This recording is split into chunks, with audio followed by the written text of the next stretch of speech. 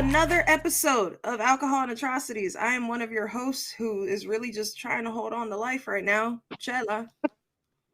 And I'm your other host who's just vibing, Michelle. And we are no longer your weekly AA meeting for all things true crime. We are whenever we can manage to get Spotify for podcasters to work, and whenever my co-host stops fucking dying, we make an episode.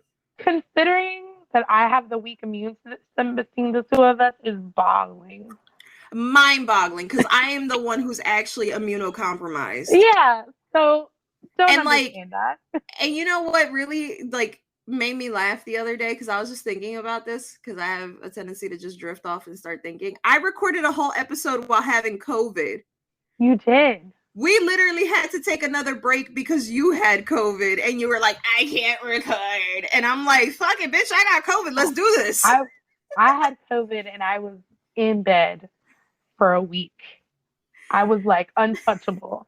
Then I had got COVID pneumonia. And I was fucking vibing. I was like, this is great. This is what everybody was complaining about. And then I didn't even officially have pneumonia when we recorded that last episode, and I was coughing every 2 seconds. I wasn't even fully pneumonia'd yet.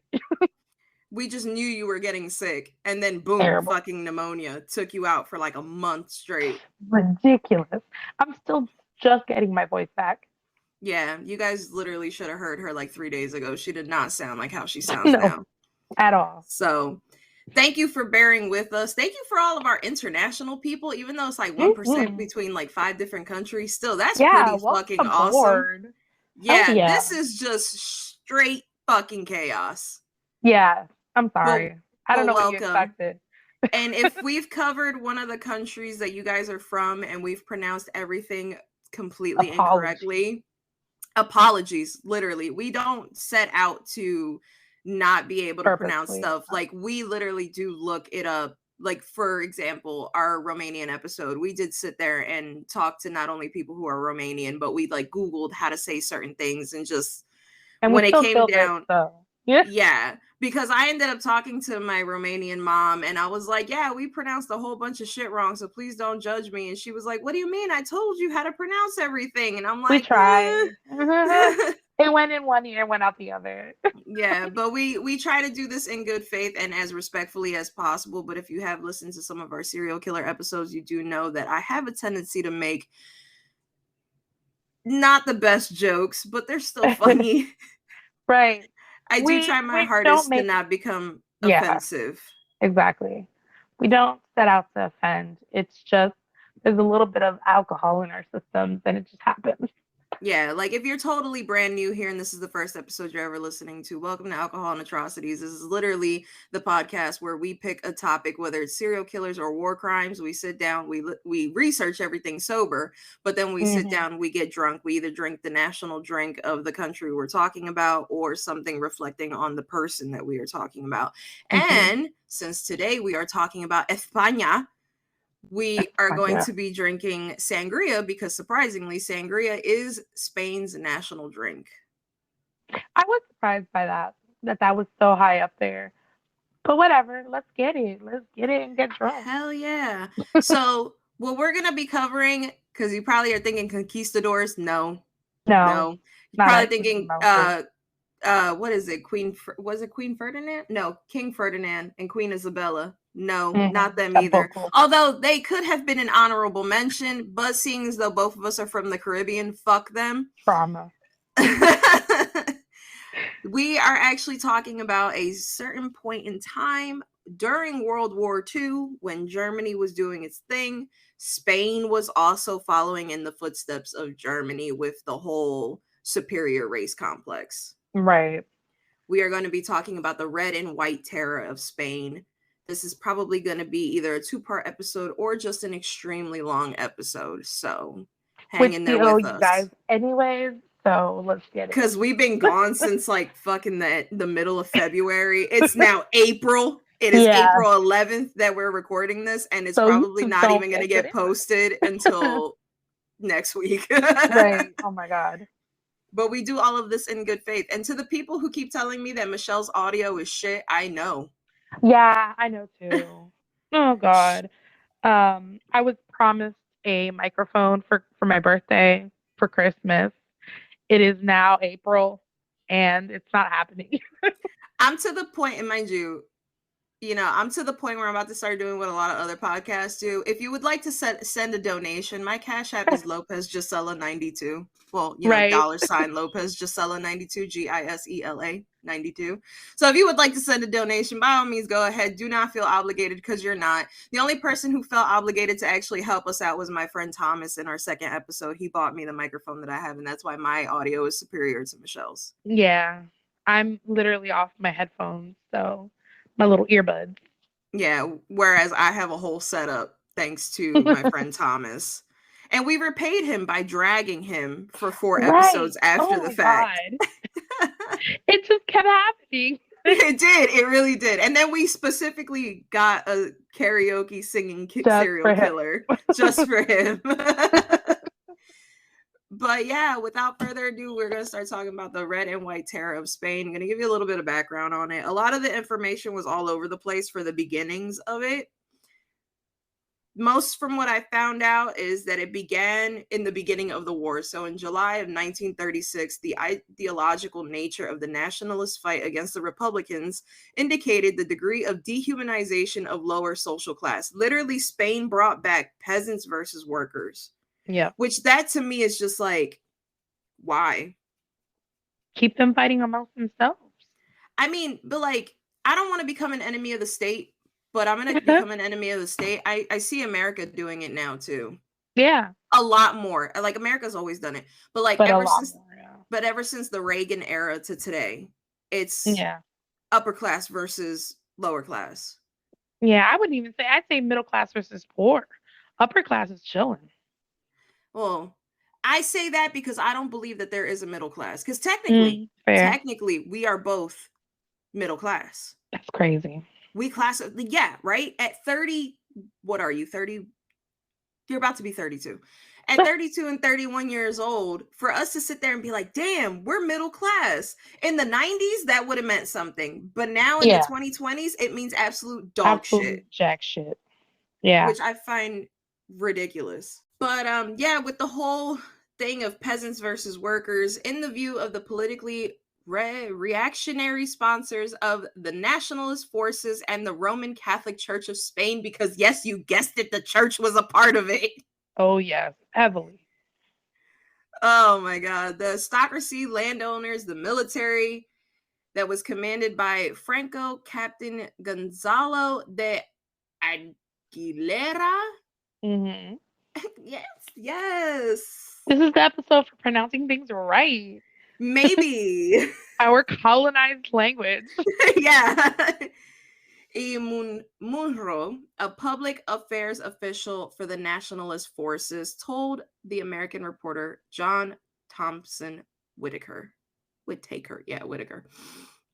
This is what I find hilarious. This is what this guy said to this American Republican. You know what's wrong with Spain? The modern plumbing. Oh my God. Yes. That's amazing. In healthier times, spiritually healthier. You understand? Plague and petulance could be counted on to thin the Spanish masses. Now, with modern sewage disposal, they simply multiply too fast. The masses are no better than animals. You understand me? Wow. You can't expect them to not become infected with the virus of, what the fuck is that? Bolshevism. I was about to say botulism. I was close. The Bolsheviks. Listen. After all the rats and lice, they carry the plague. That's crazy. I've never seen someone so outraged by the toilet. Like, you're tired of the sewer system. If you're listening to this and you go, what the fuck does one have to do with the other? No I idea. don't know.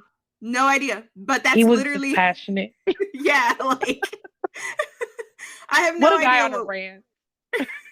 That was the hill he chose to die on. I just, I love how all these little nuggets in history are, they're just regular people, living their life.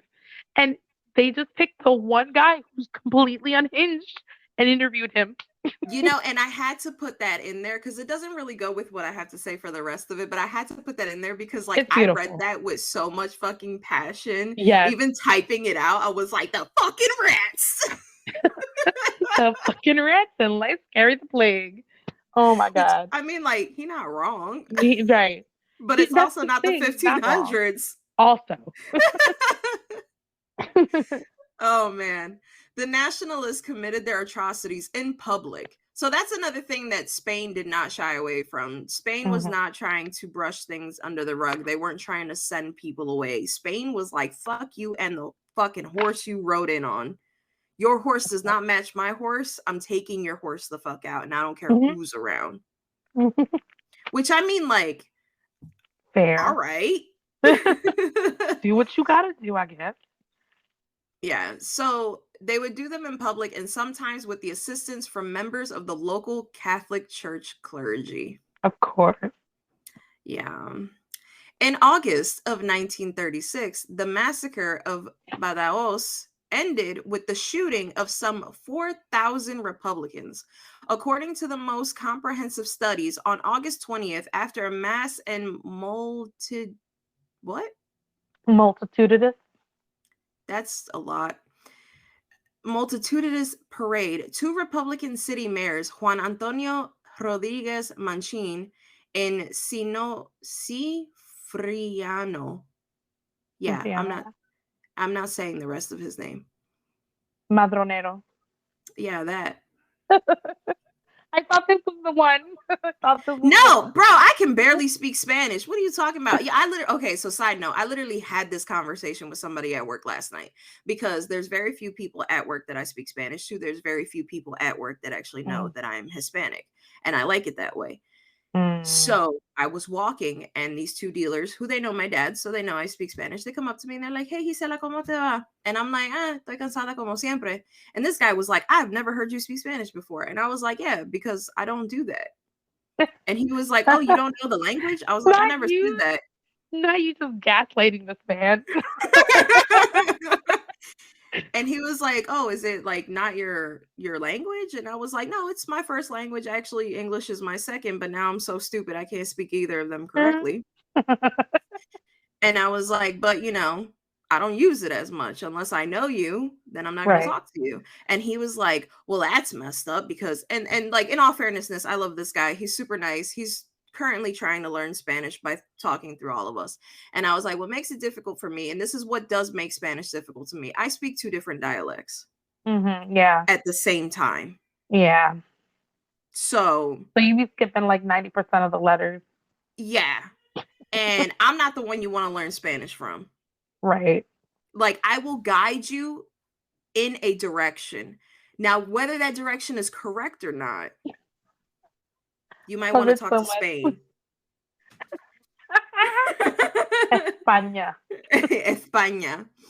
But yeah, so that's why, like, even when it comes to, like, when we did Artemio, you know, the Spanish words and stuff like that, I trip up on them because I have 2 different dialects. And if anybody's listening and is curious, I am Puerto Rican and Dominican. I am Dominican on my father's side. I am Puerto Rican on my mother's side, which means I don't know how to speak Spanish. I know how to pretend that I know how to speak Spanish. But my problem is I speak it way too fucking fast. Yeah. Because although I did grow up with my mom the majority of the time, for whatever reason, my dad and the way his family spoke Spanish stuck with me. But yeah, so you will rarely catch me speaking Spanish unless there's a group of people around that I know that don't speak Spanish and I have something to say to somebody that in the group that does speak Spanish. Then I'll just be like, "Hey, ven pa acá," and I'll start speaking in Spanish. Is that disrespectful? Probably, but I don't need everybody in my business. So fuck off. So the whole massive story was just to explain to all the listeners, I'm going to butcher a lot of these words, especially the fact that they're Spaniard words. True. Okay, fair enough. The socialist deputy Nicolas de Pablo and 15 other people, 7 of them being Portuguese, were publicly executed. Damn. Yeah. That was after the parades and stuff like that. Yeah. So they were going after everybody. Like, I don't want you to think that this was like a Spain versus anybody. This was Spain versus Spain versus Spain. Yep. And we'll definitely be getting into all those details. Yeah. And of course, being as though, Spain and Portugal are so close to each other, at least that's what I have believed. I believe so. Yeah. I don't know. I don't know Europe. But there were Portuguese people that lived in Spain that unfortunately are no longer with us. Yeah. Right. Like you in the hospital and then just bang, bang. Just no dignity. Pop through your chest and you just laying there with a broken leg. Yeah. Vibing. Okay. Children among of the landlords made a joke. I don't really find the joke, but it's supposedly a joke. I can't say that word right there. Either of them. Reforma Agraria. agagria. Nice. Anyway, they identified the horseback hunting parties by which they killed insubordinate peasantry and so cleansed their lands of communists. Damn. That was their joke. So yeah. funny. The joke name alluded to the grave where the corpses of the hunted peasants were dumped. And those were kids joking about that. Yeah. I wonder what those kids are doing with their lives now because they got to be in their 80s. Fucking mayors and shit, probably. Yeah, whatever. I'm not going to sit here. Wrong country. But I like the way you were thinking. They have mayors. Yeah, no, they do. But I'm just saying what you were implying, you're implying on the wrong country. But I like where your head is at. Remember, you were the one who said no to covering America's war crimes because you were like, I do not want to become an enemy of the state. I was all for let's become enemies of the state. Bruh, like maybe we'll say that as like our big finale for the season. No, our big finale for the season is going to be how America fucked up South America. Oh. The banana one? Or all of them. Okay. We're talking Guatemala, we're talking Venezuela, Panama. The piece of land for which the disposed peasants had revolted. Like I said, if none of this makes sense, I'm right there with you guys. I tried to make sense of this. I should have gone over yours. No, it's just literally that's how it's laid out. Yeah. Even if I was to send you what I was researching from, it's laid out just like that. Oh my God. So it's just like, and it's only this part. Like when we get into the Civil War and shit like that, it makes more sense. But it was like the back. I was trying to give like a background into what everything was. And it was just like none of it made sense. And I'm like, you know what? They're going to vibe with us. Like they're just going to be just as confused. Because at the end of the day, what I want from this, I don't know about you, but what I want from this, I want people to actually be like, I never heard of this shit. This shit sounds confusing. And then them go and deep dive and fall down the rabbit hole at 3:00 in the morning. Fair enough. Okay. That's what I want. And then I want everybody to come back and leave comments and be like, yo, this is the shit I found out. Or, oh, hey, you guys forgot about this. So we can all sit there and have a discussion. Because if I see enough people doing that, then I'll probably... that's what I was just about to say. I will probably open up a Discord so we can sit here and just all talk about the shenanigans that is life. The shenanigans. Yeah. Yeah. The Shannons. The Shannons and the shenanigans again. Yeah. Early in the Civil War, most of the victims of the White Terror and the Red Terror were killed in mass executions behind the respective front lines of the Nationalist and of the Republican forces. During the first months of the fighting, most of the deaths did not come from combat on the battlefield, but from political executions in the Red and White Terrors. In some cases, the murder of political opponents became more or less spontaneously, but they became more spontaneous, my bad. But from the very beginning, there was always a certain degree of organization, and nearly all of the killings after the first few days were carried out by organized groups. Common to the political purges of the left wing and the right wing belligerents were the Sakas. This made no sense, and I really tried to make sense of it. They called them belligerent, but they called them Sakas, and then they called them because prisoners. They take them out. Yeah, but like just the way the sentence, let me read you the actual sentence. Okay. This is the actual sentence. Common to the political purges of the left wing and the right wing belligerents were the Sakas, the taken out prisoners from the jails. Yeah, that's worded very badly. Clearly they didn't know what the fuck they were writing. They were on Sangria. Yeah, they were on Sangria. So basically, they took everybody who caused them issues and were taking them out of jails, is what I got from that. And probably just executed them. Yeah, exactly. That's exactly what happened. Yeah, no, actually, that's exactly what happened. Prisoners who then were taken for a paseo, a ride to summary execution. Most of the men and women taken out from prisons and jails were killed by death squads from the trade unions and by the paramilitary militias of the political parties. Mm-hmm. The Republican CNT, the UGT, PCE, and the Nationalist Phalange and Carlist. Mm-hmm. How mad do you gotta be that you just going after people who are already in prison? They were taking out people in hospitals. So I'm not surprised at this point. I mean, like, you got a fucking point. I'm not gonna lie. You got a fucking point. Among the justification for summary execution of right-wing enemies was reprisal for aerial bombing of civilians. Fuck. That's just a war crime against their own people. Spain gave no fucks. Like, I want to, like, point that out. Spain gave absolutely no fuckity fucks. Everybody's watching out for Germany, and they're just vibing, killing themselves. Yeah, like, think of it like this. If you're in America, if you're international, don't think of it like this because you probably don't have this problem. But if you do, then by all means, come along this thought with us.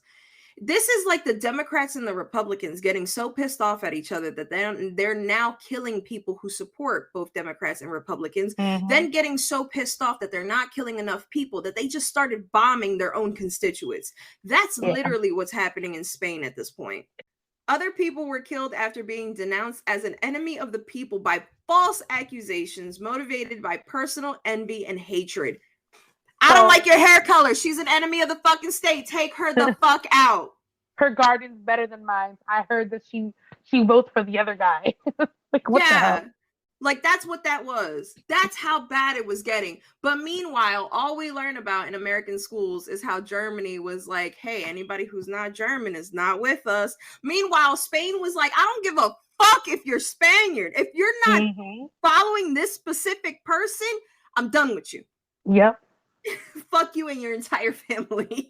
Like, that's what was going on in Spain. Oh my God, while Germany was going after a specific group. And I don't mean to make light of that. Like, obviously what did happen to those specific groups of people was horrible. That's why you won't hear us covering Germany or Italy or Russia in this time frame, because it's been done 1,000,005 fucking times. And I feel as though that we need to, like, branch out of just everything that we learn. Yeah.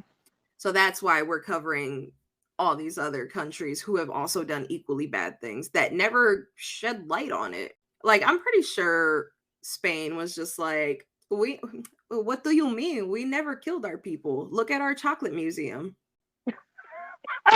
True. Oh my God. I gotta run and grab my charger. Give me 1 second. Okay, good, because I also.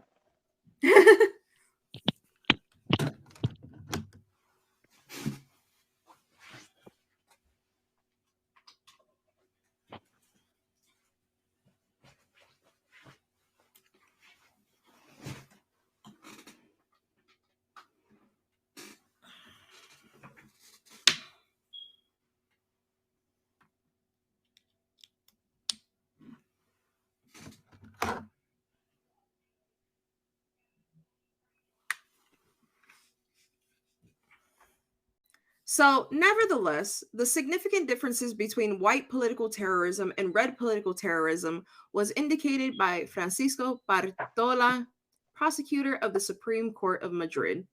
I told you all of that bullshit to tell you that. But I also have more bullshit to tell you, and I actually have a quote from somebody. And I don't know if this quote is as unhinged as the one that I put in the beginning. He is unhinged. Like, this man pops up a lot in the white terror. Well, I don't know in your research, but I know in general he was kind of unhinged. In general. In all honesty, you have to be some level of unhinged to do the shit that these people did. Yeah, pretty much. Like, you literally made it to where next door neighbors could sit there and be like, she's got this, I've got this, I don't like her. And the next thing you know, your neighbors are never heard from again. Mm-hmm. Like, personally, to me, I feel like you have to be unhinged for that. Mussolini was unhinged. Fucking Hitler was unhinged. Mm-hmm. Fucking the Habsburg dynasty. Unhinged. Unhinged and inbred. And I'm not saying that you're unhinged if you're inbred, because I don't know who listens to us. But when you are as inbred as the Habsburgs, yeah.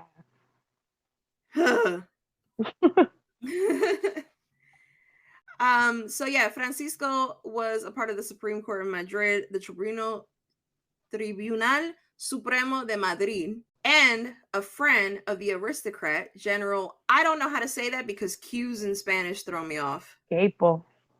Mm-hmm.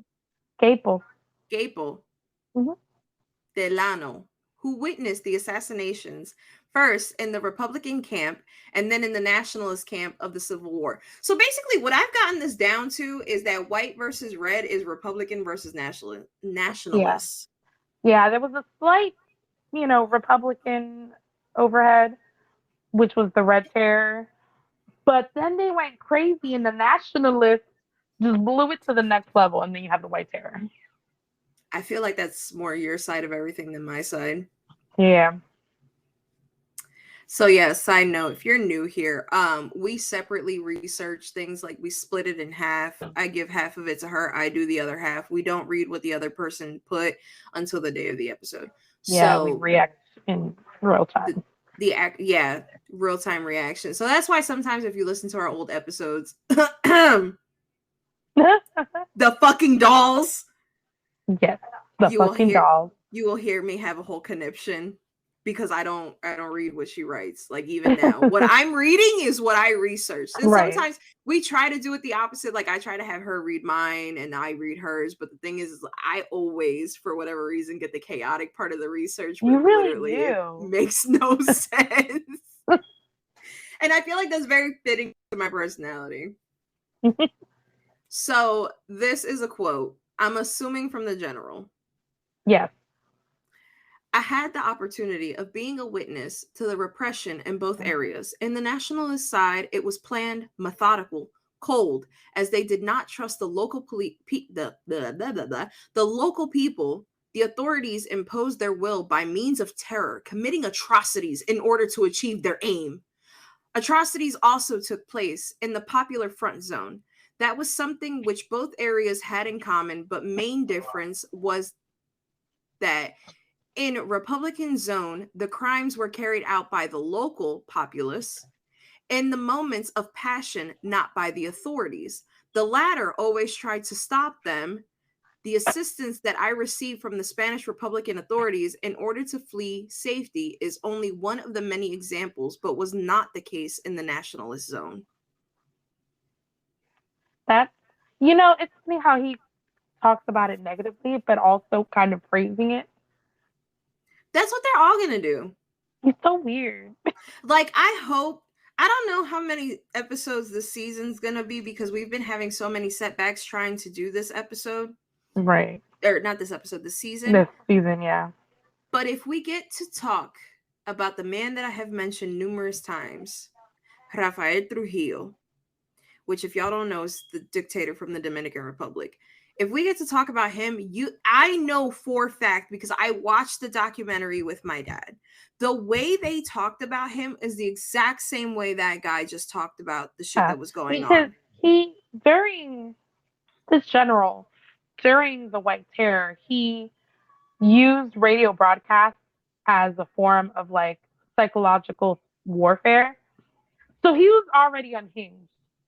So he's looking at the White Terror, the nationalists, and is like, they did these horrible things, but he praises them because he's technically on their side. And he's just as unhinged and crazy. And I see it firsthand with some Dominican people that I know. I can't point them out because one of them actually listens to this show. Cough, cough. But but that's because he supports me in everything that I do. But if I could actually record a conversation between me and him of him talking about the Dominican dictator, you would hear the unhinged of the supporting but yet condemning at the same time. Right. And it's a little bit different because the people I am descendants of were not on the right side. Right. You know? So mm-hmm. Just a cute little shout out. Hey! It is Civil War time. The White Terror commenced on July 17th, 1936, the day of the nationalist coup d'etat, with hundreds of assassinations affecting the area controlled by the right-wing rebels. Sound like Star Wars. But it had been planned before. So initially this was actually planned earlier. Okay. So far, a small shenan. So it's not like the coup d'etat during Nicholas Ceausescu's reign where they were like, Right. we're going to make this coup d'etat. But yo, they got corn. Never mind. We're going to go get corn.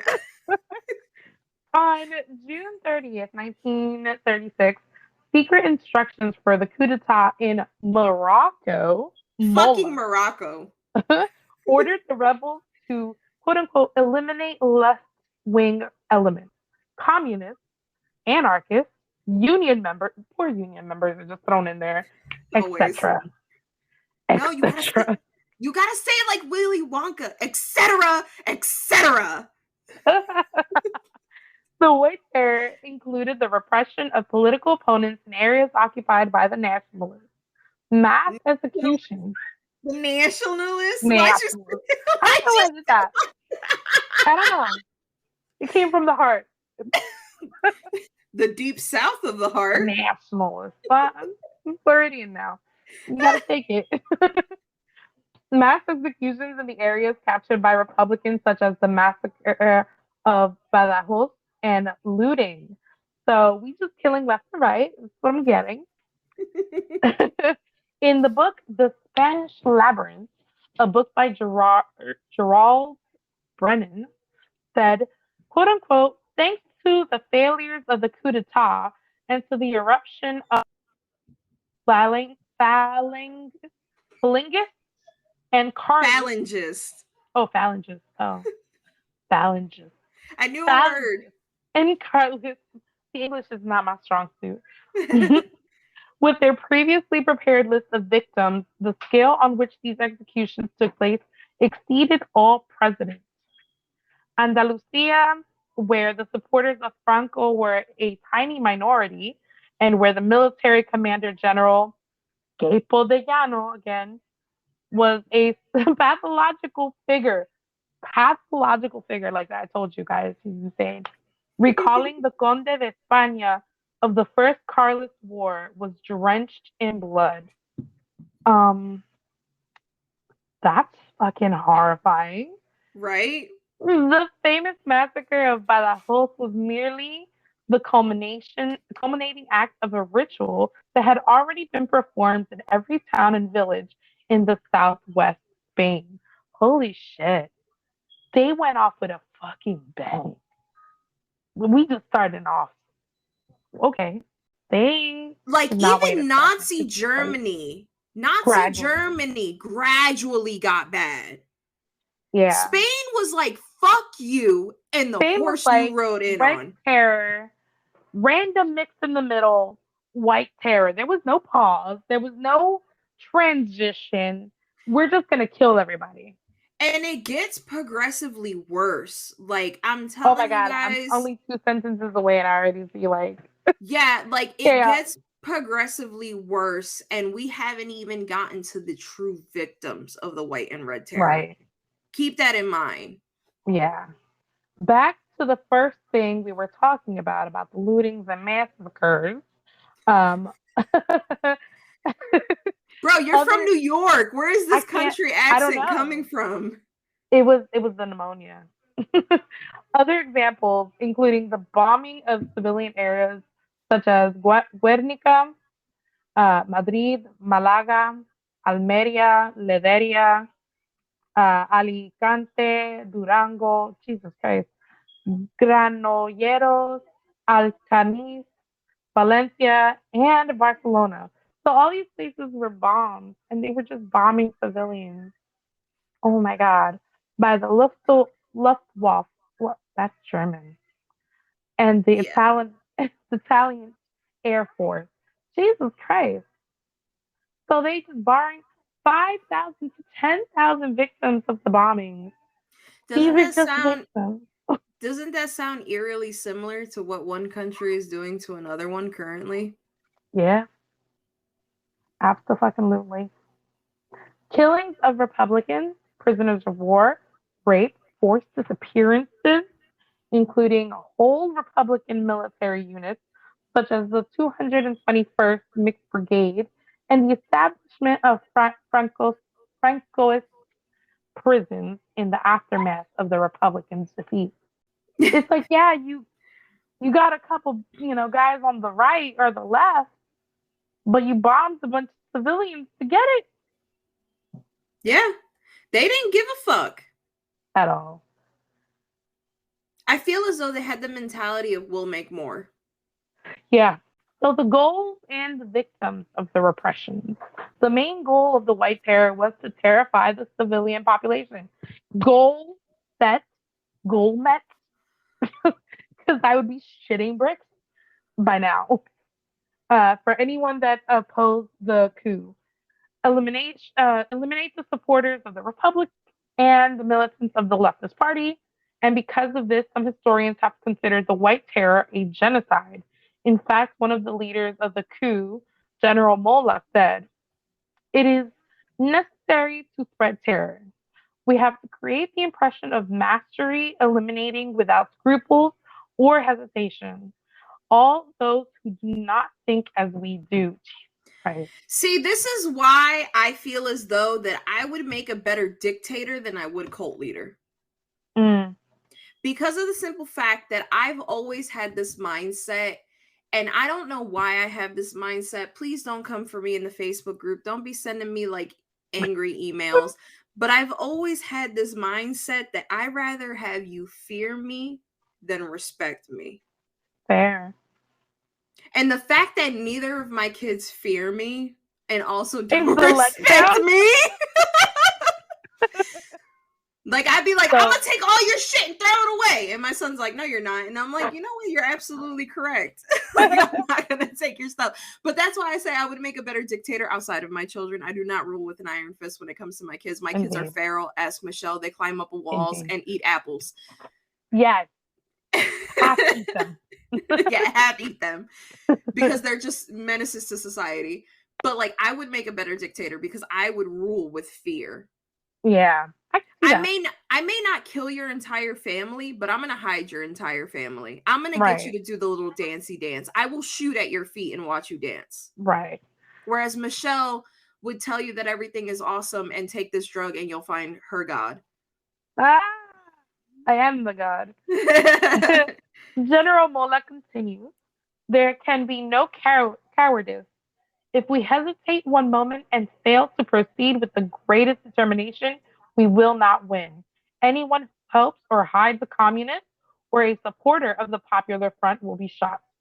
So, yeah, that's the iron fist that you're talking about. it literally Absolutely. because it literally came down to we don't care if you're left, right, or communist. We're coming after all of you. Mm-hmm.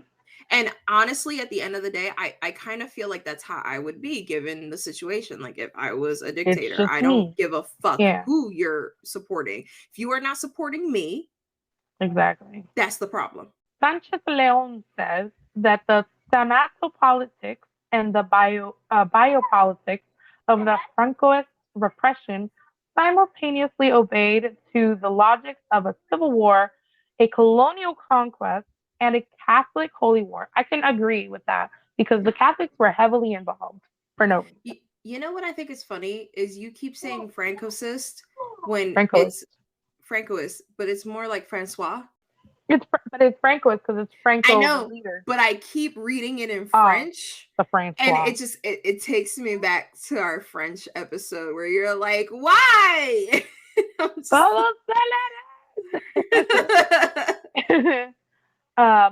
Unleashed upon the population hitherto, considered part of the same community. Features such as the institutional processes, I don't know why I said that like that, policies and practices put into motion by the victors in the indiscriminate massacres, the Catholization. Why are we Catholics? Got to get out of here.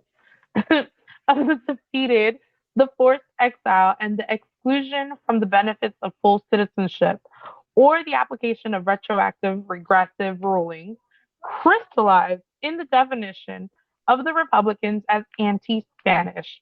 Holy shit. You know what's funny is like I was reading this and I was like, damn, the Catholic Church really wanted to put their nose in everything. But then also, but here's the thing. This is what I'm getting at. Before you hit me with your, listen, I also study like the history of yesteryears, meaning like the beginning of everything. And literally, like the Catholic Church just cannot mind their own fucking business. At all. At all. They're just like, I'm on the side of winning. I don't care who's who. Yeah, you guys got a war? Can I join? Like, that's literally the Catholic Church. And the thing that kills me, because I don't know if I ever mentioned it in this podcast, in any of the episodes that we've done, I was born and raised Roman Catholic. Yeah, I don't. It wasn't until about like 3 years ago that I actually left the Catholic faith, and even that I had my own turmoil with it, because being as though, like I said, I was born and raised in it. But to sit here and see so many countries that have been destroyed by Catholicism, yeah, but God. To see them literally stick their nose into everything since the monarchies have been established. And I'm talking all of the monarchies. I'm not talking just Spain. Spain. I'm not just talking Spain. Like even the fucking English monarchy and stuff like that. Like it took Henry VIII to break away from the Catholic Church. Yeah. And then like certain parts of the world, their monarchies were like, you know, the king and queen or whatever, but the king was also the Holy Roman Emperor. And it's just like, bro, mind your own fucking business. You're there to teach people about Jesus fucking Crustables. You're not here to stick your fucking nose in on red versus white. I mean, if we fucking ever did an episode on all the popes, well, not all, but you know, some of the popes, like those motherfuckers are unhinged. No, there's a pope in specific that I want to cover. If we ever do horrible popes, the board, like if we, how did you know? I know my girl. And you know what's funny is like, you know this, but you were raised Pentecostal. Yeah, completely out of it. I was not the Catholic, but we demonize Catholicism so much, so. But it's warranted. How bad? Yeah, it's warranted. When people tell me, "Oh, I can't believe you were part of that faith for so long," bitch, me neither. I was fucking indoctrinated in it. Sorry, the sangria is hitting. It's 14% alcohol. Okay. Yeah, it's heavy. Yeah. Heavy on the alcohol. But like, my whole thing is just like, I don't understand where the Vatican got off being so involved in shit when you yourself, as this holy than thou shit, literally like was unhinged. Yeah. From the very beginning. Yeah. So anti-Spanish, a terminology that intermingles the perception of the enemies as quote unquote non-citizens or inferior beings, and as aliens to the values that defined the self-imagined confessional nation. So basically, they're anti-Spanish, but you're from Spain. Exactly. They're literally making these people seem less than, but they're literally Spaniards too. So like, I don't understand. They really dehumanize their own people. Behind the generic term Reds, there was a notion of enemy in absolute sense targeted for eradication. It's funny how we, as Americans, we had the Red Scare, but it was something foreign. It was, you know, the communists outside of the country. But these people are having the Red Scare, and it's their own people. They look like you. They are you. And to me, like, that was, I thought about that too, and I was like, shit, like, for us as Americans, it was, it was Russia. It was all the way over there. It wasn't, yes, a lot of things changed because of the Red Scare, mostly being Hollywood. Yeah. Which when I have that conversation with people, they're like, what? I'm like, yeah, the Red Scare changed the glamorous Hollywood that we know, like the golden and silver age of Hollywood. And they're just like, what? But like, I don't know how I would be able to react if it was my own neighbor. Country. Yeah. It's like anyone around you could be. Like, that's crazy. In areas controlled by the nationalists, government officials, popular front politicians in the city of Granada, 23 of the 44 councillors of the city's corporation were executed. Union leaders, teachers, in the first week of the war, hundreds of teachers were killed by the nationalists. I felt like I had to put that in there. Like, I needed y'all to know that, like, they were literally going after everybody. Yeah. It didn't, like, at all. Unfortunately to say this, when it comes to Nazi Germany, we know exactly who they were going after. They were going after homosexuals. They were going after Jewish, obviously. They were also going after the mentally disabled and Black people. Fun fact, if you didn't know, it wasn't just Jewish people. It was an array of people. Everybody wore a different star that had a different meaning. Spain literally went after everybody. Everybody. It did not matter.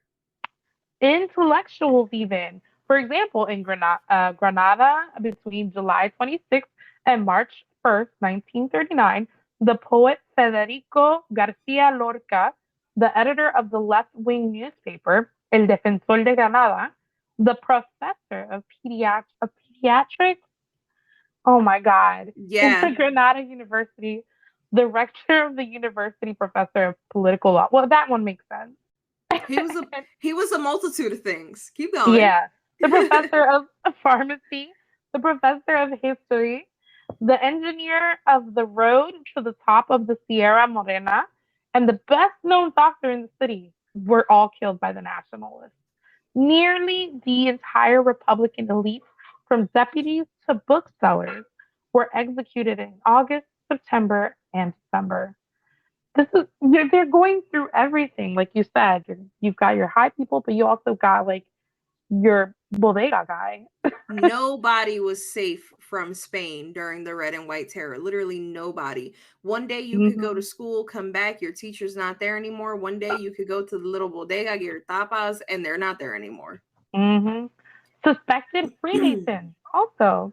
In Huesca, where there were only 12 Freemasons, the nationalists killed 100 suspected Freemasons. Wow. You didn't even have to read it officially. Oh, wow. Okay. Sorry, I obviously didn't read this part. Basque, Catalan, Andalusian, and Galician nationalists, among them Manuel Carrasco y Formiguera, leader of the Democratic Union of Catalonia. Jesus. Alexandre Bóveda, one of the founders of the Partido Galaguesta, and Bas Infante, leader of the Andalusian nationalism. So basically, anyone from the little communities. Yep. Military officers who had remained loyal to the government of the Republic, and people suspected of voting. Suspected, again, keyword, suspected of voting for the Popular Front were targeted, usually brought before local committees and imprisoned or executed. I have a very hard time believing that anybody was imprisoned. Yeah, it was straight to execution. Absolutely. And if not, it was one of those bullshit ass trials like they had for Nikolai and Elena in our Romanian episode. In my part, you'll see that there were like summary courts. It was very quick. The living conditions in the impoverished nationalist prisons were very harsh. One former Republican prisoner declared, quote unquote, at times we were 40 prisoners in a cell built to accommodate 2 people. There were 2 benches, each capable of seating 3 people, and the floor to sleep on. Think about that. Think about the basic American cell. Yeah. The basic American cell is probably like a 5x6. I think I kept reading. That's literally only for 2 people. You have 40 fucking standing. people. You can't fucking lay down. Yeah, you can't sit down. You can't lay down. You can probably sit in one spot. For private needs, there were only 2 chamber pots. Oh no. They had to be emptied into an old rusty cauldron, which also served for washing out clothes. Which brings me back to the beginning. The modern plumbing is the problem. I can't. We were forbidden to have food brought to us from outside and were given disgusting soup cooked with soda ash, which kept us in a constant state of dysentery. We were all in deplorable state. The air was unbreathable, and the babies choked many nights for lack of oxygen. So keep in mind that there are children and babies in this. Mm-hmm. To be imprisoned, according to the rebels, was to lose all individuality. The most elementary human rights were unknown, and people were killed as easily as rabbits. But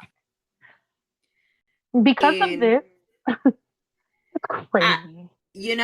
Like, unfortunately, reading this, typing it, I was like, well, at least in Nazi Germany, people knew what was going to happen to them.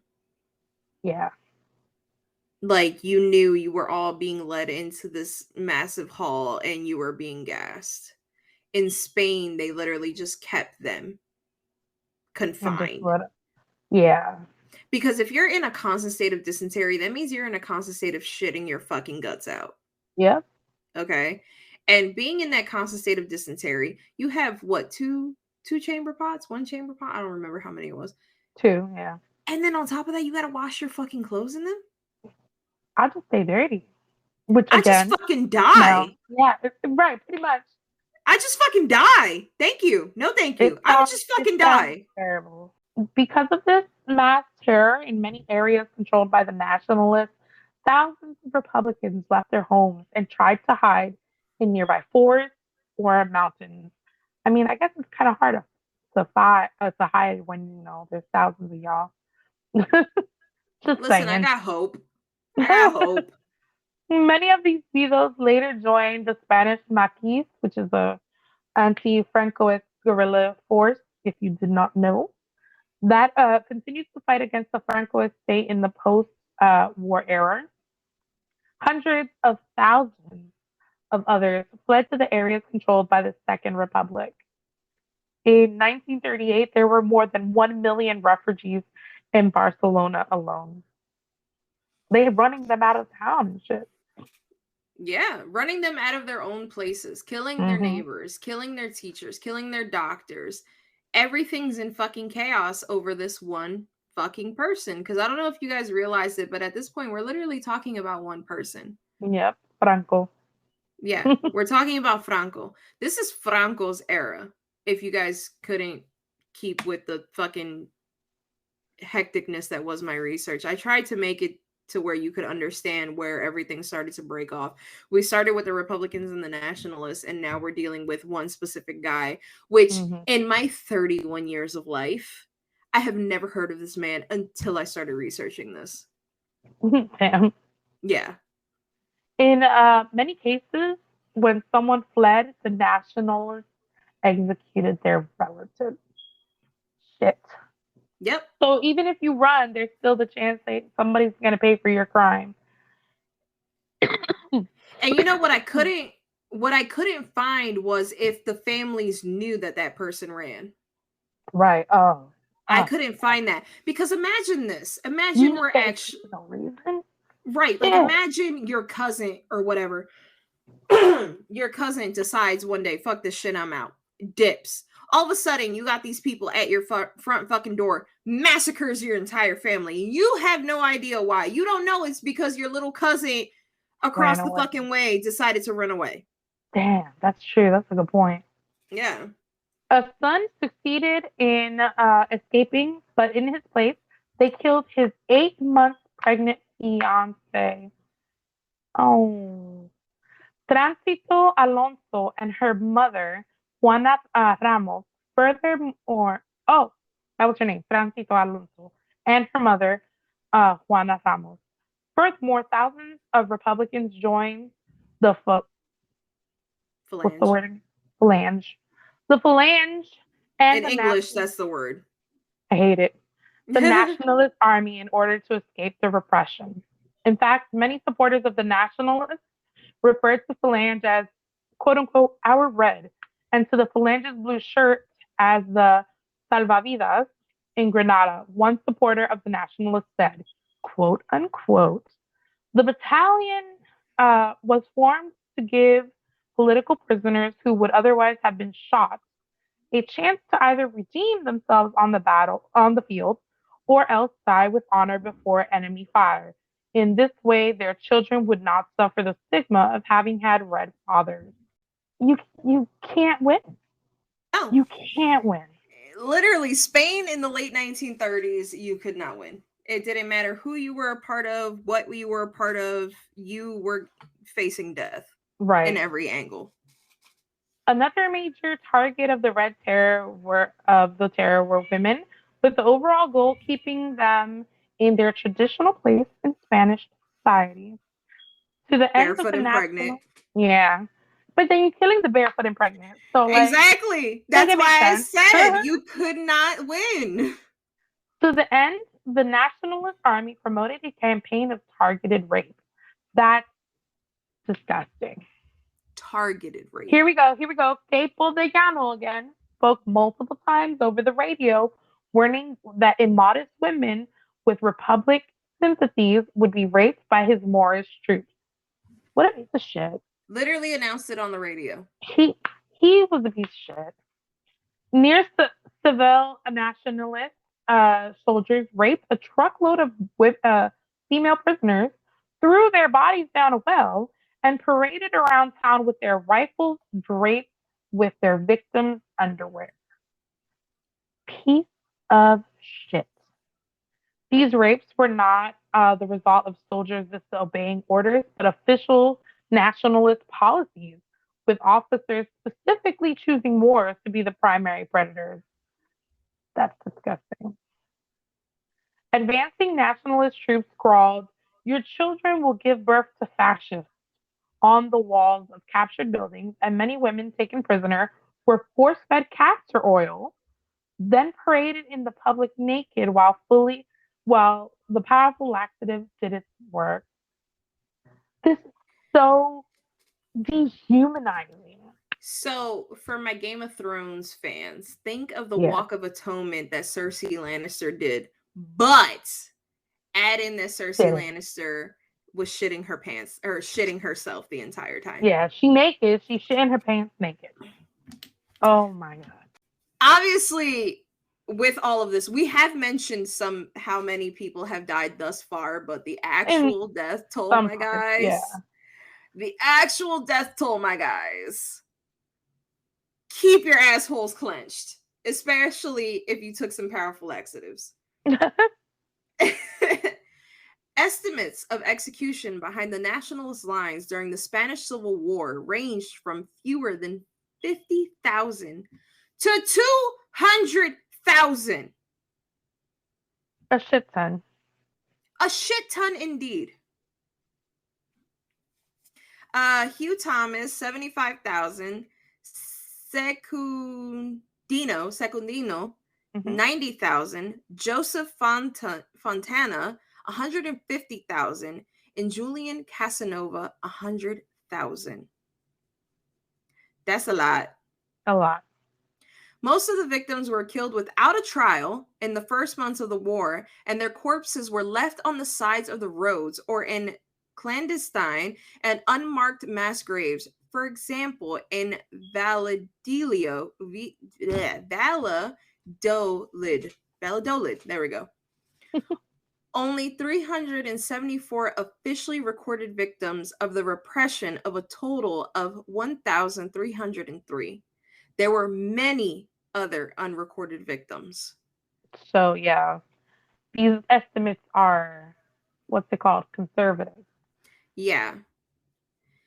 Many were executed after a trial, and the historian Stanley Payne, in his work Fascism in Spain, 1999, cited a study of, I don't know how to pronounce that. Cifuentes. Checa. Mm-hmm. Hey, I got that one.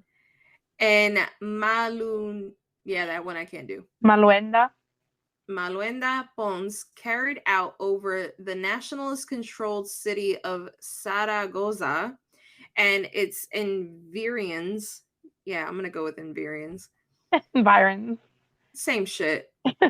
Refers to 3,107 killings, of which 2,578 took place in 1936. It's a busy year. Honestly, the busiest year was like 36 and 40, it seems like. Yeah. He goes on to state that by 1938, the military courts there were directing summary executions. Many of the executions in the course of the war were carried by militiants of the fascist party, phalange or militants of the Carlist party, but with the approval of the nationalist government. They were given the fucking okay to do this. Yep. Like, ridiculous. Insane. They were given the okay to rape, to murder, to murder distant family members. That horror, that terror. Fuck that shit out. Because this is, all in all, everything that we've covered, as convoluted as it sounds, as unorganized it has sound, because if there's one thing you're always going to get from me is unorganization. At the end of the day, thousands of people lost their lives in the span of 2 years at this point? Yeah. Because as y'all all may have guessed it, this is going to be a 2-part episode. Sure is. So thank you for riding along for the first half of Spain being Spain and doing what they do best, which is taking over their own fucking people, apparently. With the backing of the Catholic Church and some crazy people who thought that modern plumbing was a problem. But we will save the rest of it for part 2. And don't worry, it's not going to take like 2 months between part 1 and part 2. I promise. If not, I will personally throw Michelle off of the tallest building. Absolutely. Because she's the one that edits everything. Because I'm incapable of doing that. I can research. Be fine. We will get it. We got you guys. But I can't edit. So, as always, keep your assholes tight, especially if you're taking laxatives. Also, don't take laxatives. Please don't. Unless you need to. Unless you've been directed by a doctor. Right. Other than that, stop drinking that damn drink from Walmart that's making everybody shit their fucking pants.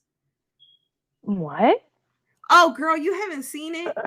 No. Oh, it's this drink. You can find it in the laxative section of Walmart. It's I can't remember the name of it. Yeah. Why are they doing that? I literally saw a TikTok of a guy the other day who mistook it for Sprite, and he drank the whole fucking bottle and documented it. Have you never had Sprite before? That's what everybody in the comments was saying. Like, they were like, "My guy, do you not know what Sprite is?" It was his first day being a human. It's okay. Probably. But yes, like always, we do have Facebook, Instagram, Twitter. We have a Gmail. We are on YouTube, so like and subscribe. Like us, rate us, tell us what you think. If you don't like us, just kindly walk away. We can't handle rejection. We're mentally ill. Like I said in the beginning of the episode, if you would like to donate to the Michelle Gets a Microphone, you can cash at me at $Lopez Gisela 92. If not, it's okay. Like, you don't have to do it. Please don't feel obligated to. But if you want to help, if you're tired of the way that she sounds, Joe, because I know you're tired of the way Michelle sounds. You even said it that the first episode was so hard for you to get through. Oh my God. So if you want to donate, feel free to cash at me or just catch me at work. Anyway, as always, if you guys find a serial killer or a historical atrocity you guys want us to cover, please let us know. Like I said, we are on Facebook, we are on Instagram, we're on Twitter, we are also on Gmail, we are on Spotify, we are on YouTube, so you can leave us a comment. You literally don't. Shout out to This Is Meg too from TikTok for actually commenting on our Dr. Satan episode. She also hates the French language apparently because they use too many letters that they don't pronounce. She did leave a comment. And also, like always, guys, talk to us. We will respond to you. It may not be in a timely manner, but understand we are two Caribbean Hispanics. We run on Hispanic people time. So, but yeah. And as always, shout out to my friend Marvin, who makes the intro and the outro beat. You can find him at, what is it? Beats from Mars. From Mars. Yeah, in the beginning, we used to keep saying Beats by Mars. It's actually Beats from Mars. He's actually really cool. He came up with our beat in like not even a day. So if you guys need a beat for anything, reach out to him. He's also on TikTok and Instagram, if I'm not mistaken. So yeah, check back for part 2 where we get into the Spanish church. Yeah. Bye.